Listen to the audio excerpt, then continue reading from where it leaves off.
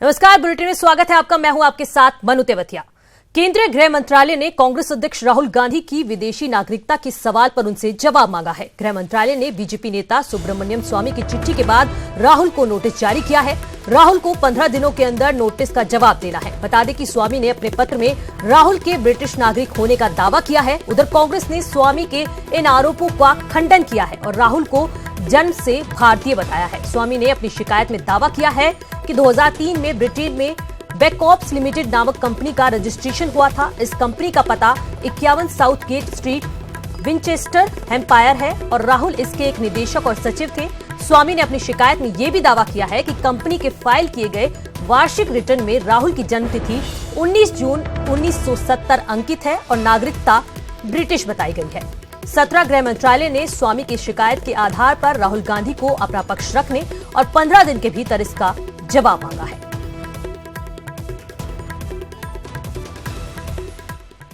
वो matter fundamental right का नहीं बनता था, इसलिए सुप्रीम कोर्ट ने हमसे कहा आप कहीं और जाइए, हमारी पिटीशन डिसमिस की। उसके बाद आप सुप्रीम कोर्ट दोबारा आए? नहीं, जरूरत ही नहीं है हमें आने की। एक इश्यू था जो हमने कोशिश की, दोबारा हमने कोशिश नहीं की। अभी तक वो मैटर क्वेश्चन अभी पेंडिंग है। Let it be decided by any form by anyone. देखिए, नागरिकता का सवाल जो उठ रहा है, जो डॉक्यूमेंट राहुल गांधी ने साइन किए हैं, जो इंग्लैंड में डाले हैं, उसमें इन्होंने अपने आप को डिक्लेयर किया है अदर देन इंडियन नागरिक। अगर ये बाहर के सिटीजन है, इंडिया के सिटीजन नहीं है, तो ये इश्यू इनको डिसाइड कराना चाहिए। न्यूज 18 से खास बातचीत में सुब्रमण्यम स्वामी ने कहा है कि राहुल गांधी को अपने नागरिकता के मामले में जवाब देना चाहिए। वरिष्ठ नेता सुब्रमण्यम स्वामी जी हैं। सर, एक बार फिर राहुल गांधी के नागरिकता पर सवाल खड़ा हो गया है और यह सवाल आपकी शिकायत पर खड़ा हुआ है। गृह मंत्रालय ने उनको नोटिस भेजा है, 15 दिन में जवाब मांगा है कि अपना नागरिकता को क्लियर करें।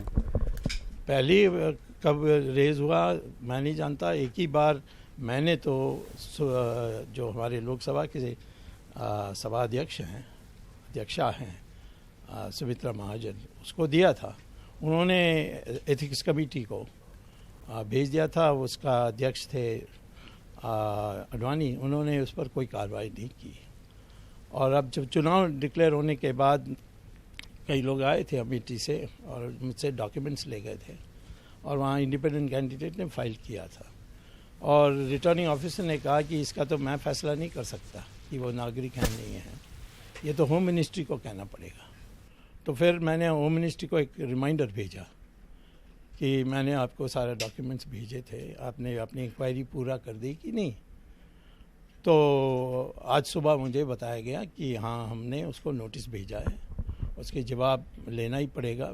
और लेकिन आपकी सारी पॉइंट्स प्राइमा फेसी करेक्ट हैं। वो खुद ने खुद ने ऐलान किया है, अपने दस्तखत के नीचे लिखा है सिटीजनशिप, जो फॉर्म भरी थी उन्होंने ब्रिटिश सरकार की फॉर्म, जिसको हमारे देश में हम रजिस्ट्रार और कंपनीज कहते हैं, वहाँ उसको कंपनी हाउस कहते हैं। वो एक कंपनी स्टार्ट कर रहे थे, उसका नाम है बैकऑप्स, उसका वो मैनेजिंग डायरेक्टर थे।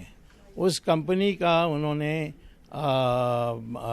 जो फॉर्म भरने में उन्होंने लिखा था कि नाम क्या है, एड्रेस क्या है और तुम्हारी सिटीजनशिप क्या है और दस्तखत। तो दस्तखत किया है और सिटीजनशिप में कहा ब्रिटिश, तो उसको सफाई देना पड़ेगा। दोनों अवैध हैं, उसको दोनों को कभी भी रद्द किया जा सकता है। सुप्रीम कोर्ट ने लगभग 20 साल पहले एक जजमेंट दी है कि उसका नाम भी वो स्वामी वेल वर्सेस द। सीधा चलते हैं अमेठी, जहां प्रियंका गांधी रैली को संबोधित कर रही हैं। कुछ मतलब नहीं। क्या मतलब है? मतलब महीने में 500 रुपए। मतलब अगर आपके 5 सदस्य आपके परिवार में, एक दिन में 3.5 रुपए हुए। अब आप मुझे बताओ, ये किसान सम्मान योजना है कि किसान अपमान योजना है? और जहां भी देखो, खास तौर से अमेठी में, जनता का आदर नहीं हो रहा है, जनता का अपमान हो रहा है। अमेठी में जाते हैं, दुनिया भर के मीडिया को बुला के जूते बांटना शुरू करते हैं। ये जो है आपकी उम्मीदवार, जो भाजपा की उम्मीदवार है स्मृति ईरानी, ये आई अमेठी में, इन्होंने जूते बांटे ये दिखाने के लिए कि देखो अमेठी की जनता की ये हालत है कि इनके पास जूते भी नहीं है। इस तरह से आपको अपमानित करा जा रहा है। ये सोचते हैं कि ऐसे करने से राहुल जी का नाम खराब होगा, लेकिन यहाँ की जनता ने कभी भीख नहीं मांगी है, कभी भीख नहीं मांगी है। और ना आप भीख मांगोगे कभी किसी से। भीख मांगनी है तो ये लोग आए और वोटों की भीख मांगे आपसे और काम करके दिखाएं।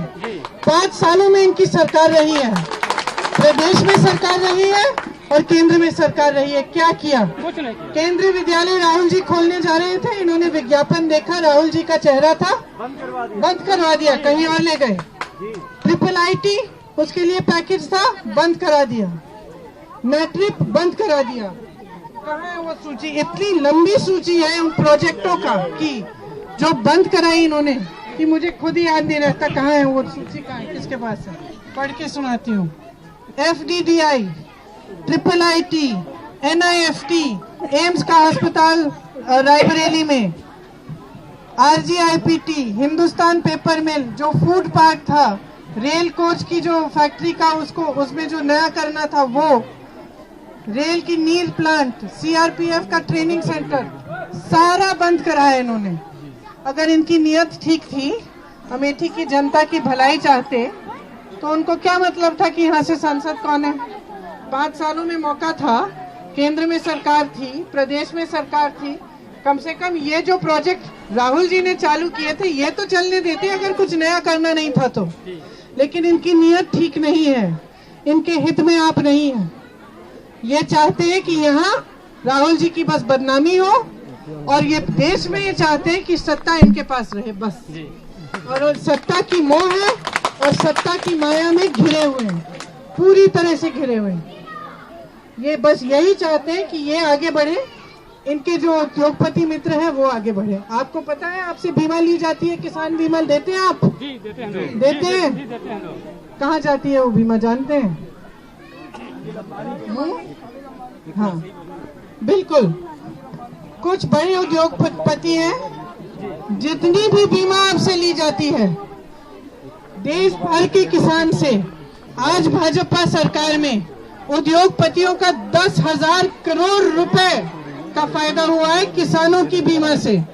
अब मुझे बताइए, जब आपके खेतों में कोई आपत्ति आती है, आप पर कोई आपत्ति आती है तो आपको बीमा मिलता है? नहीं मिलता। हर महीने लिया जाता है, आपको दिया जाता है कभी?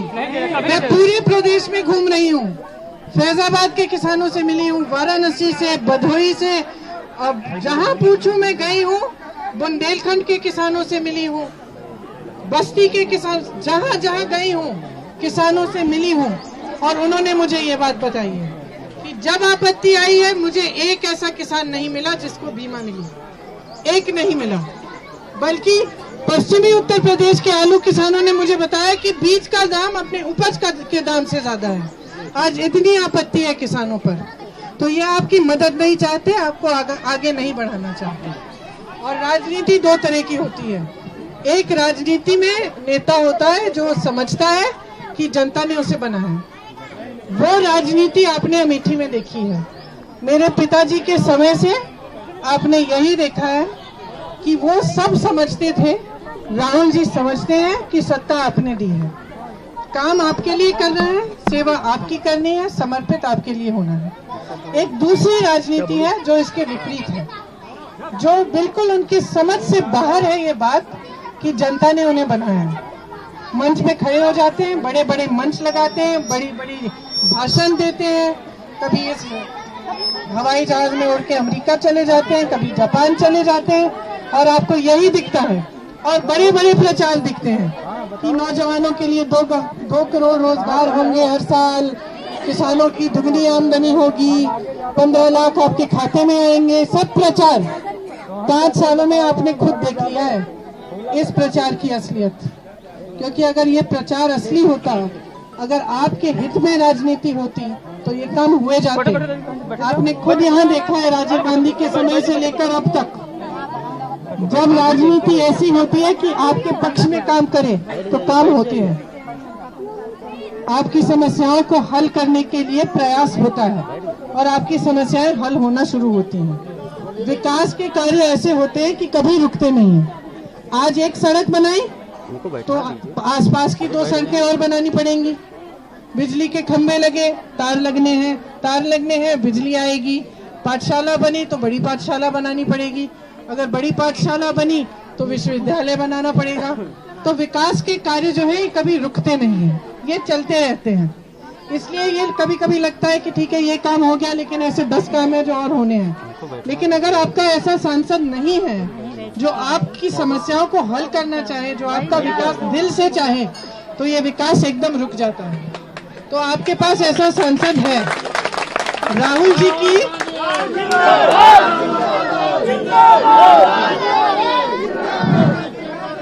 राहुल जी ने अपनी पूरी सांसद निधि खर्च कर चुके हैं वो, और 42 करोड़ रुपए ना 42 करोड़ रुपए और खर्च चुके हैं पिछले 5 सालों में, यहाँ की सड़कों के लिए, नल लगवाने के लिए, यहाँ पे काम कराने के लिए।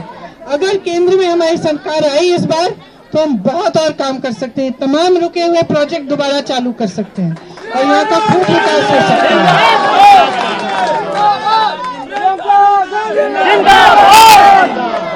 तो आपने हमेशा प्यार दिया है, हमेशा समर्पित रहे हैं आप भी और हम भी रहे हैं। आपने समर्थन हमेशा किया है और हम आज भी यही आग्रह करने आए हैं कि एक बार फिर राहुल जी को भारी बहुमत से जिताइए, उनका समर्थन करिए, इकट्ठे आगे बढ़ें, आपका विकास हो, आपके बच्चों का मजबूत भविष्य बने और ऐसी ऐसी स्कीमें, योजनाएं आए जो नौजवान के रोजगार बनाए, जो किसानों के पक्ष में हो। आपको पता है कि नौजवानों के लिए जो घोषणा कांग्रेस पार्टी ने की है कि 10 लाख ग्रामीण रोजगार बनवाएंगे। मनरेगा कैसा चल रहा है आजकल? बंद पड़ा है। ये सच है ना? ये सच है कि मजदूरी के पैसे नहीं मिलते? सच है ना? तो मनरेगा के लिए कांग्रेस पार्टी ने कहा है कि 150 दिन की मनरेगा बनेगी और दुर्बल मनरेगा जो इन्होंने बनाई है, जो जेसीबी से काम कराते हैं ठेकेदारों से, इसको मजबूत बनाएंगे और मजदूरी दोबारा शुरू होगी और पैसे समय पे मिलेंगे, जैसे आपको कांग्रेस की सरकार में मिलते थे। तो ये सब बातें हैं।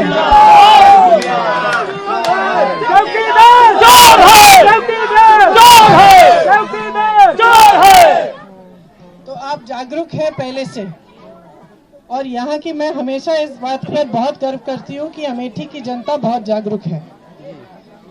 कोई कुछ भी कहे, आप अपना दिमाग चलाते हैं, आप अपनी जिम्मेदारी से, आप अपने विवेक से वोट देते हैं।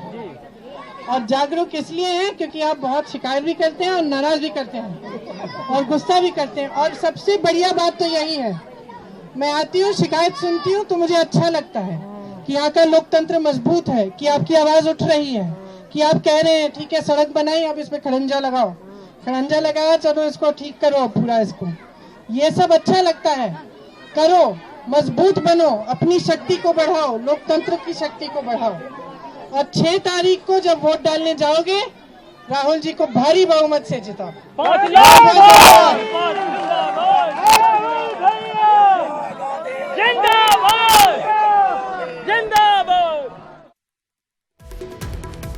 थे प्रियंका गांधी को, जो अमेठी में एक नुक्कड़ सभा को संबोधित